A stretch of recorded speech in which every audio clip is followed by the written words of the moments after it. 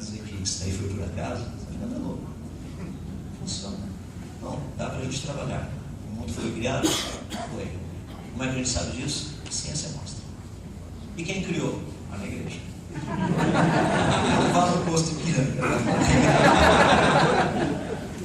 Todos os fósseis são formados de maneira catastrófica, Aguilão. Existe outros tipos de fósseis? Existem. Nós temos dois tipos básicos de fósseis, são aqueles com partes alteradas e partes inalteradas. Tá? O grupinho de partes alteradas, você encontra, a grande maioria são fósseis em rochas sedimentares. Você vai encontrar um grupinho, por exemplo, peixinho fossilizado, os fósseis de dinossauros que nós encontramos por aí, fósseis de plantas, esse negócio todo. Mas tem um grupinho que são desses fósseis com partes inalteradas, que você encontra no gelo, muito comum a gente achar isso daí.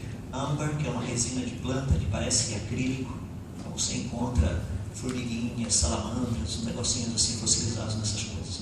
Esses daí são processos rápidos também de fossilização. A questão é que tanto no gelo quanto nesses processos outros que nós temos por aí, a questão geralmente é rápida ou catastrófica, uma das duas. Por exemplo, nós temos lá na Sibéria, existe um dos museus principais de mamutes, fica em St. Petersburg. Tem uma quantidade muito grande de mamutes, alguns rinocerontes fossilizados lá, mas em gelo. Um dos principais dele é o mamute de Berezovsk. É um mamute fascinante porque foi encontrado na Sibéria, totalmente congelado, com plantas tropicais na sua boca e no seu estômago. E não tinha dado tempo para passar pelo processo de digestão. Ou seja, esse negócio foi rápido. As pessoas falam, mas lá na Sibéria, plantas tropicais, lá na Sibéria. Como você explica isso? Os parentes moravam na África, mandaram via Sedex, umas plantas tropicais. Com certeza. Foi um processo de congelamento rápido. Mas na Sibéria tem gelo hoje. O sol lá embaixo do gelo vai achar resíduos de plantas tropicais. Lá já foi quente. Olha, por exemplo, no Polo Sul, a mesma coisa. Já foi quente, a gente vem embaixo do gelo. Então, há uma necessidade de entendermos bem essa dinâmica. Como o senhor explica a variante textual da narrativa do dilúvio, onde está narrada a ordem de Deus para entrarem 7 pares de animais puros e um par de animais impuros? Isso é algo muito interessante. Pergunta: será que Deus andou contando para Noé durante todo o tempo que Noé... Volta um pouquinho. Será que Deus andou contando para Adão e Eva durante todo o tempo que Adão e Eva permaneceram lá no Jardim do Éden? Pergunta: quantos anos eles moraram no Jardim do Éden antes de pecar? Você fala, isso não está na Bíblia. Não está na Bíblia, mas dá para deduzir. Quando nasceu o primeiro filho dos descendentes de Adão? Mais ou menos a faixa de idade. Por volta de mais ou menos 65, 75 anos. Quando nasceu o terceiro filho de Adão? 7. Tinha 130. Antes disso ele já tinha quantos filhos? Caim e Abel. Caim já tinha, inclusive, se tornado o maior assassino da história humana. Sabe que ninguém conseguiu matar um quarto da população, só Caim. Só trazendo um time de fato, matou um quarto da população. O maior assassino que já apareceu. Hitler não chegou nem perto. Mas voltando ao nosso problema. Existe uma boa probabilidade que Adão e Eva tenham vivido um bom tempo no Jardim do Éden, pelo menos por volta de uns 60, 70 anos. E estudando as genealogias, seria perfeitamente possível. Os quais eu imagino, pela quantidade de conhecimento que a humanidade tem a respeito da natureza. Onde você acha que nós aprendemos para que servem tantas plantas? Onde nós tiramos esse conhecimento? Nós fomos testando. A gente faz isso normalmente, né? Porque muitas pessoas pensam, qual seria o relacionamento de Deus que diz assim, que na criação do dia o Senhor Deus aparecia lá para conversar com Adão e Eva. Lembra que a capacidade de Adão e Eva eram capacidades assim espetaculares. Se eles estivessem aqui hoje, nós ficaríamos extremamente envergonhados diante da capacidade que eles possuíam. Nós temos a tendência de imaginar que Adão e Eva eram simplesmente seres primitivos. Pai, pensa, Deus acaba de criar Adão e diz aí o seguinte: todas as coisas que você tem aqui você pode comer daquelas duas árvores, daquela árvore ali não. O dia que você comer dessa árvore, você certamente morrerá, literalmente, a árvore morrendo e você vai morrer. Quantas coisas mortas Adão já tinha visto? Ele acabou de ser criado. Mas ele sabia o que é morte? Sim, claro que ele sabia. Ele foi o único que não precisou aprender palavra nenhuma, não é bom? Deus podia falar qualquer coisa, ele entendia. Qualquer coisa. Imagina o que Deus não passou para ele ao longo daqueles anos. É por isso que poucos séculos depois você vê esse pessoal fazendo coisas mirabolantes. Peraí, como é que se transforma minério de ferro em faca? Alguém tem alguma noção de passar pelos processos de óxido e redução, que são 3 pelo menos? Eu sei o processo, não sei fazer. Não adianta nem pedir porque eu não sei fazer faca. Eu conheço teoricamente o negócio. Até que a gente vê pouco tempo depois do caso Adão e seus descendentes fazendo essas coisas maravilhosas. Então, nós temos assim que tomar um pouco de cuidado quando nós olhamos para o conhecimento daquele pessoal, que a gente possa ter uma interpretação correta. Eu vou dar um argumento científico para você pensar, vou ser um pouquinho mais rápido, mas as outras perguntas para poder responder. Imagina rapidamente o seguinte: o Senhor Deus vai destruir o planeta Terra, só sobraremos nós que estamos aqui. Só nós. Então o planeta Terra agora é totalmente destruído e aqui estamos nós. Pergunta: você sabe gerar eletricidade? Sabe fazer gerador? Que pena, né? Alguém aqui sabe pelo menos fazer panela de pressão? Ninguém sabe fazer panela de pressão. Pergunta: o que a gente vai fazer depois dessa catástrofe? Orar. Mas lembra que a gente tem que comer também. Nem só de pão viverá o homem, disse o Senhor Jesus sabiamente, mas também de pão a gente precisa. Ou seja, quanto de tecnologia nós, como grupo aqui, conseguiríamos reproduzir pós-catástrofe? Seria maior do que a tecnologia que havia antes dessa grande catástrofe? Claro que não. A gente ia conseguir reproduzir algumas coisas do que teria sido a tecnologia antes dessa catástrofe. Se tem a civilização dos Harapenos, é um pessoal que viveu na região do rio Indo, entre o Paquistão e a Índia. Há 4.500 anos atrás, eles já tinham água pública encanada. Esgoto não era superficial. A água era tratada, inclusive, com filtros de carvão ativado. Nós já encontramos esqueletos naquela região com tratamentos de dente do siso, tratamento de canal. Esse pessoal sabia trabalhar com treliças, com roldanas e tudo mais. Eles tinham vasos sanitários. Os tijolos das casas construídas eram padronizadas, todos no mesmo tamanho. As cidades eram divididas em área comercial e área residencial. Haviam piscinas públicas cobertas, não era piscina aberta. Pessoal, estou falando de 4.500 anos atrás. Esse é o povo que veio logo depois do dilúvio. Dá para ter uma noção do que era antes do dilúvio? É por isso que precisamos ter uma noção da história. Se você isolar alguns fenômenos, a gente chega a umas conclusões meio estranhas. Mas você tem que ler a história como um todo. Olha a sua história, veja a arqueologia. Estuda a história, procura ver o que você encontra espalhado pelo planeta Terra. Eu sei que eu fugi um pouquinho, mas é difícil fazer um detour, né? Sempre para trazer um pouquinho mais de informação no contexto.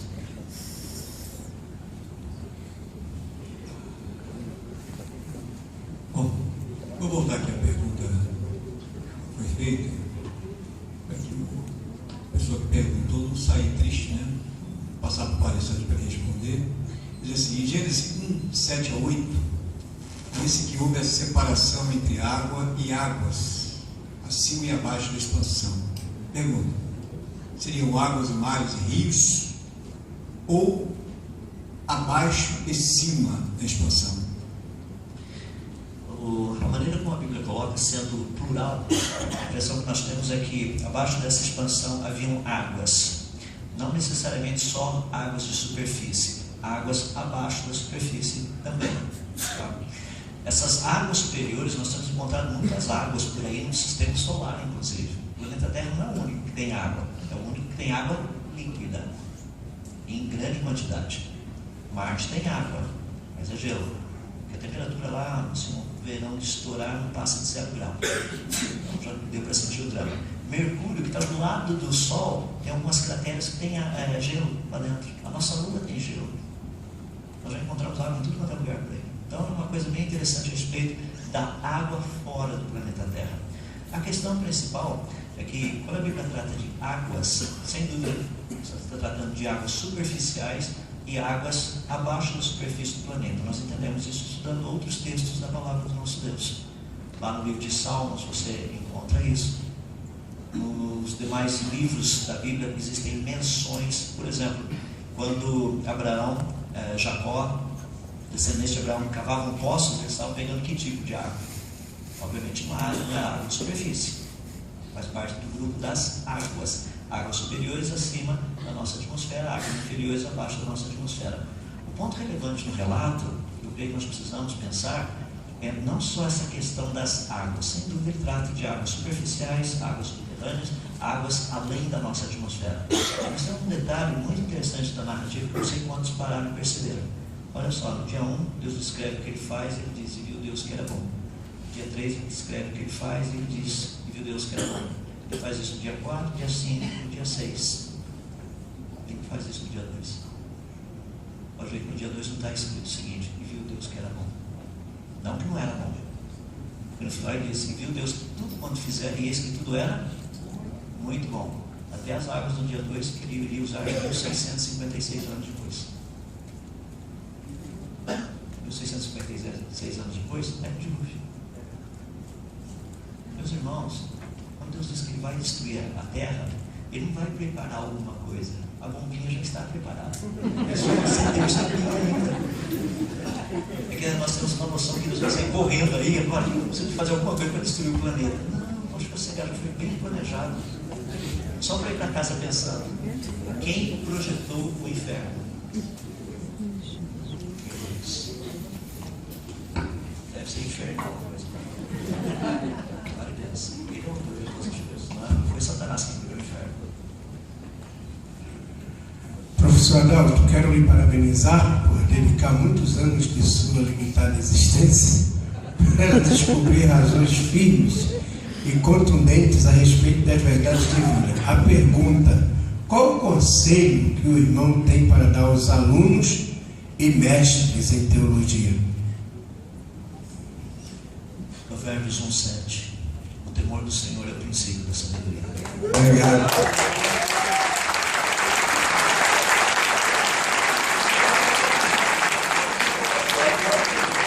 Se quiserem aprender mais, dois outros versículos. Ezequiel 33:3. Invoca-me, eu te respondo.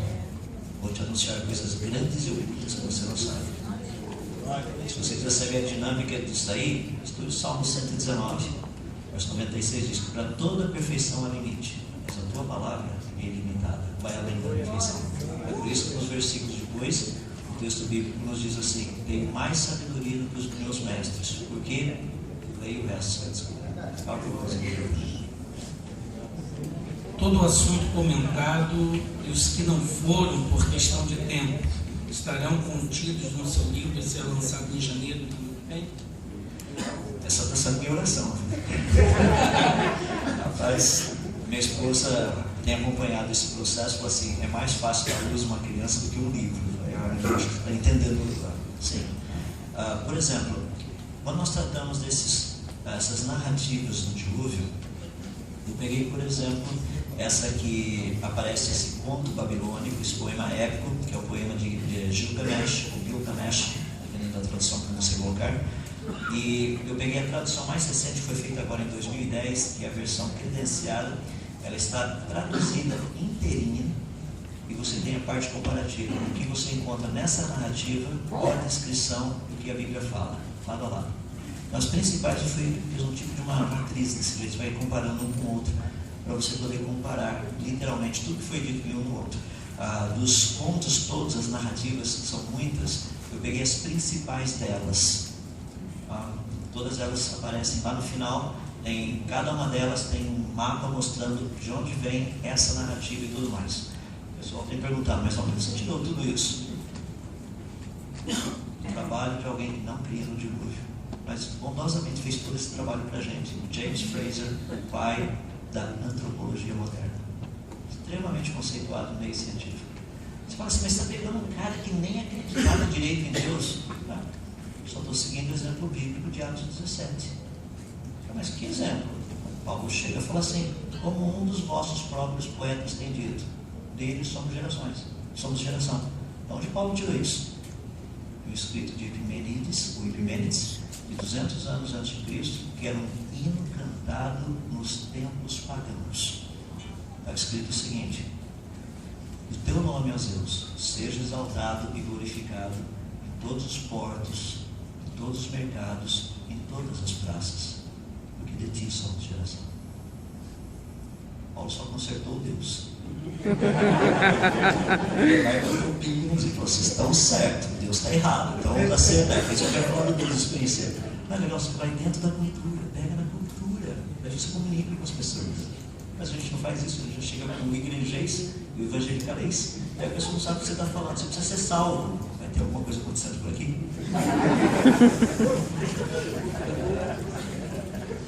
Eu chego para as pessoas assim: por favor, entendam bem o que eu vou dizer.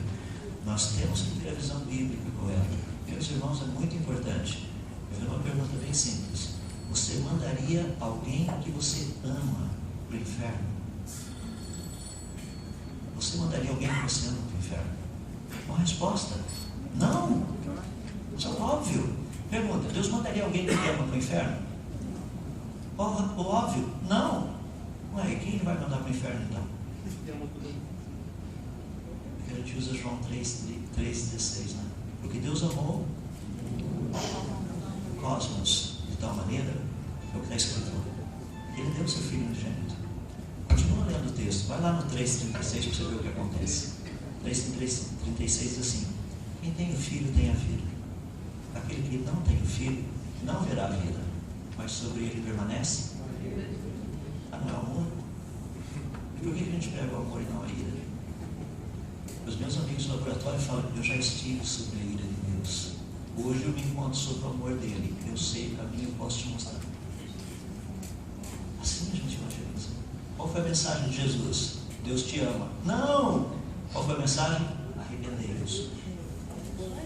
Essa é a mensagem. Essa é a mensagem que a gente tem que levar para o mundo. Arrependei-vos. A gente tem que bater de frente com isso. É difícil, eu sei lá. Estava comentando com alguns irmãos aqui: pessoal, na minha cabeça teve uns anos que eu falei assim: Senhor Deus, eu estou ficando louco. Eu estou indo na contramão de todo mundo. Eu estou ficando sossegado. Mas Senhor, só eu fiquei. Não, tem um monte de gente que não dobrou o joelho, ficou sossegado. Estou cuidando. Mas são conceitos, são difíceis. É por isso que o mundo tem dificuldade de entender a nossa mensagem. Porque nós não pregamos aquilo que é, nós pregamos aquilo que nós achamos que é. O problema do ser humano é Deus. Esse não é o problema, mas também é a solução. Então a gente anuncia primeiro as más notícias. Você está perdido. Depois se dá as boas notícias. O Senhor Deus já providenciou o plano para você não continuar desse jeito. Ah, eu não quero saber disso. Ah, não. São problemas. É muito legal, pessoal. A gente evangeliza em todo lugar desse jeito. Às vezes tu não voa, aí o avião começa. Sabe aqueles negocinhos super legais? Eu falo: se cair é culpa tua. O que eu fiz? Tá vendo? Você nem sabe. Deixa parando de conta. É muito legal. Daí você começa a falar: não, cara, mas por que você falou se o avião cair, isso é culpa minha? Eu falo assim: por que você acha que Deus deveria segurar esse avião? Ah, sei lá, porque Deus é bom. Tem alguém aqui que seja bom para Deus segurar o avião? Ou seja, Deus só não deixou o avião cair por amor ao avião, porque perdeu um avião, o resto não tem problema. Então ninguém presta. Foi o avião que ele segurou. Não, mas do que você está falando? Aí Deus dá essas oportunidades de a gente falar qual a posição que nós estamos como seres humanos perdidos diante dele, carecendo da graça, da misericórdia, da bondade dele, manifestada em Cristo na cruz. Aí a gente pode falar dessa mensagem. Mas primeiro você tem que mostrar para o cidadão: não presta, eu também não presto. Meus irmãos, é tão bom isso. Tira aquele peso das costas. Jesus foi muito legal. Olha o que Jesus disse: vou fazer de vocês pescadores de homens. Como é que funciona?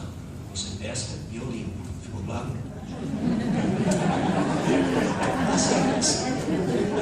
Assim que Jesus funciona. Eu vou lá e pesco. O problema de pé dele, não é meu. Nossa, eu tenho esse peixinho aqui, está deitado, detonado. Bom, então, como empresa brasileira, todos os aviões da Embraer estão Professor, Acho que não vou mais para a Embraer. Aqui pra frente. Saída. uma pergunta relativamente simples para o senhor responder, mas eu acho que é de importância fundamental para o corpo discente aqui presente. Nós temos várias teorias dentro do próprio criacionismo. Todos eles usam a Bíblia como fundamento para cada uma dessas teorias, que envolve, na maior parte, interpretação do criacionista que está elaborando aquela teoria. Entre as duas teorias criacionistas, da Terra Nova e da Terra Antiga, como o aluno deve se posicionar entre essas duas teorias, uma que afirma a Terra Nova, outra que afirma a Terra Antiga, ambos fundamentados na Bíblia. Obviamente que as duas possivelmente não podem estar certas, porque estão dizendo coisas totalmente distintas. No caso, nós temos um grande número de obras que num momento defende a Terra Nova e outro defende a Terra Antiga, de criacionista, ortodoxo, fundamentalista. Como o aluno pode fazer uma distinção entre as duas coisas, ou existe uma dialética que consiga conciliar as duas questões? Como o senhor responderia isso para nós? Isso é uma pergunta muito fascinante, uma pergunta muito importante. Duas coisinhas que eu gostaria de colocar. Primeiro, existem 3 tipos de criacionismos diferentes. Existe o criacionismo científico, que trabalha apenas com pesquisa científica. Em nenhum momento esses criacionistas tocam a Bíblia. Eu estou dizendo que dentro do criacionismo científico, eu não uso a Bíblia para absolutamente nada. Só porque as pesquisas, processos naturais e leis da natureza teriam condição ou não de produzir o que a gente vê ao nosso redor. Esse é o criacionismo científico. Existem outros 2, além desse. Um deles é o criacionismo religioso, que a característica principal dos criacionismos religiosos é que todos eles são temáticos. Eles procuram explicar por que uma determinada divindade teria trazido à existência o universo e a vida. Daí nós temos o terceiro, que é o criacionismo bíblico, onde existe toda essa questão da terra velha, terra jovem, terra mais velha. Esse criacionismo, o criacionismo bíblico, a característica principal é que ele é descritivo. Ele vai dizendo o que Deus foi fazendo.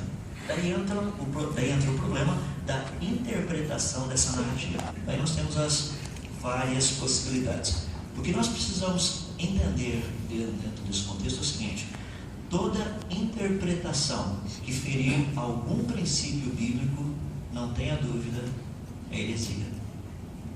Esse tem que ser o teu princípio básico. Por isso, há necessidade de conhecimento das Escrituras. Deixa eu dar um exemplo, que é bem simples. Eu não vou entrar nos detalhes, mas vou dar um posicionamento que tem sido muito comum, de uma forma muito geral, entre os cristãos, que é o chamado evolucionismo teísta. O evolucionismo teísta é uma proposta que Deus teria criado o mundo segundo a teoria da evolução. Então, os dias de Gênesis não seriam dias literais. Seriam dias de milhões de anos ou coisas desse jeito. Seriam eras. Eu não sei qual o posicionamento, estou me sentindo muito à vontade, não perguntei para ninguém. Então, eu estou me sentindo à vontade apenas de deixar material para você pensar. Vamos supor que essa seja a interpretação defendida como correta. Vamos supor. Ela fere algum princípio bíblico ou não? Então, nós precisamos estudar as palavras. Deixa-me dar a palavra. Deixa-me dar 2 coisas para você pensar, sem pisar no pé de ninguém, porque são os alunos que vão ter que pensar, depois vocês discutem tudo com o professor. Tá? Eu deixo o meu e-mail, mas depois você verifica primeiro com o teu professor. A questão é a seguinte: vamos supor que, portanto, a evolução tenha sido realmente a resposta que explica como o mundo teria evoluído. Isso fere algum princípio bíblico? Tem um probleminha bem sério, aliás, dois. Deixa eu colocar para você pensar o primeiro deles. Se a evolução ocorreu, a evolução diz que formas de vida, à medida que o tempo passa, evoluem. As que estão melhor adaptadas sobrevivem, as não tão bem adaptadas perecem. É por isso que no livro de Darwin aparece a origem das espécies na luta pela sobrevivência. Tá? Então, se a evolução ocorreu desde o primeiro organismo até o aparecimento do ser humano, Durante todo esse período, morte tem que ter acontecido. Se morte não aconteceu, não existe evolução. Ponto. Porque o mecanismo de evolução implica em morte, é sobrevivência, é a luta pela sobrevivência. Então, para que a evolução tenha ocorrido, morte teria que ter existido desde o primeiro organismo até Adão. Daí entra a pergunta: como que a morte teria entrado no mundo antes do pecado de Adão? Se for possível responder isso biblicamente, sem quebrar nenhuma das doutrinas, inclusive a obra de Cristo que ele veio fazer, a interpretação está correta. E se isso for contra? Daí você vai ter que abandonar essa posição. Você fala, não, a evolução não poderia ter acontecido. Bom, se a evolução não aconteceu, qual a necessidade então de milhões de anos? Daí você vai ter que repensar. Por favor, eu estou colocando coisas para você pensar. Apenas para você pensar. Porque uma interpretação, ela não pode ferir os princípios, as verdades estabelecidas na Bíblia. Uma coisa é a verdade, essa está estabelecida. Qual coisa estabelecida? O pecado entrou no mundo através de quem? E pelo pecado, a morte. Se foi por meio do pecado de Adão, agora a gente já tem um referencial. Se a morte existia antes de Adão, então não foi Adão que pegou. Isso é óbvio. Porque já tinha morte. Agora, como que a morte entrou no mundo antes do pecado de Adão? Se a morte entrou no mundo antes do pecado de Adão, então a morte não pode ser o salário do pecado. Agora, se a morte não for o salário do pecado, a gente vai ter que rever o que Paulo escreveu, por exemplo, em Romanos 6:23. Você tem que repensar tudo isso aí. Então, esse é o problema principal. Tem problemas secundários que são menores. Tá? Um deles, por exemplo, qual é o quarto mandamento? Guardarás o dia sétimo. Em 6 dias trabalharás e farás nele toda a tua obra. Neles, desculpa, plural, toda a tua obra. Mas o sétimo é o dia dedicado ao Senhor teu Deus. Nesse dia não farás trabalho algum. O sétimo ali não significa sábado, é sábado. Tá? O sétimo, um dia de descanso. Ou seja, nesse dia você não vai fazer trabalho algum. Mas por que eu tenho que trabalhar 6 dias? Qual a razão? Por que eu trabalho 3? Ou 2? Melhor ainda, por que eu trabalho um só e o resto eu descanso? Da onde veio isso? O texto diz: porque em 6 dias fez o Senhor os céus e a terra. 6 dias de quantos milhões de anos? Não, sei lá, é indefinido. Tem que trabalhar 6 dias de quanto tempo? Milhões de anos? Milhares de anos? São 6 dias de 24 horas? Por que Deus não teria feito o mundo em 6 dias de 24 horas? Olha lá, mas é por causa da evolução. Qual é a evolução? Então você vai ter que provar que a evolução é verdade. Eu fui evolucionista há muitos anos. Defendi a evolução com unhas e dentes. Mas então você se converteu na ciência? Eu já era convertido antes. Eu não entendia muito bem as coisas. Eu estou cuidadosamente trabalhando nisso. Eu deixei o evolucionismo, vim para o criacionismo por questões científicas e não religiosas. É fascinante. Toda a ciência devidamente estabelecida, toda a Bíblia corretamente interpretada, nunca entrará em contradição. Meus irmãos, Deus escreveu 2 livros: o livro das suas obras, a natureza, o livro das suas palavras, a Bíblia. Você acha que Deus ia falar uma coisa nesse livro totalmente diferente desse outro? Olha cá. Imagina isso. Bem, gente, chegamos ao momento final. Só um minutinho. Nós vamos orar e amanhã repetiremos o mesmo modelo. Só quero dizer a vocês uma coisa. Em linguagem bem simples, eu sempre digo aos meus alunos que eu já fiz 58 anos e nunca vi nessa minha vida uma tarde de 6 meses, sempre uma tarde de 6 horas, não é assim? Todos os textos da Bíblia dizem uma tarde e uma manhã, uma tarde e uma manhã. Se os caras atropelarem e adulterarem o texto bíblico, o problema é deles. Mas diz uma tarde e uma manhã, foi o primeiro, o segundo, o terceiro, o quarto, o quinto, o sexto e o sétimo.